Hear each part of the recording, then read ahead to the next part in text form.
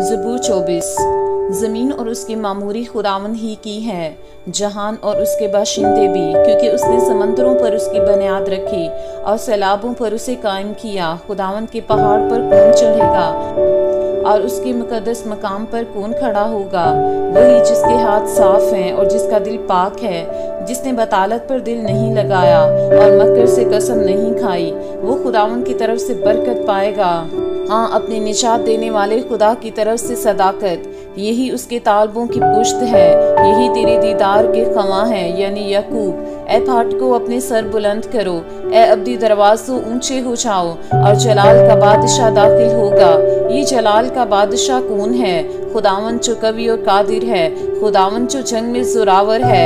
ए फाटकों अपने सर बुलंद करो, ए अब्दी दरवाज़ों उनको बुलंद करो, और जलाल का बादशाह दाखिल होगा।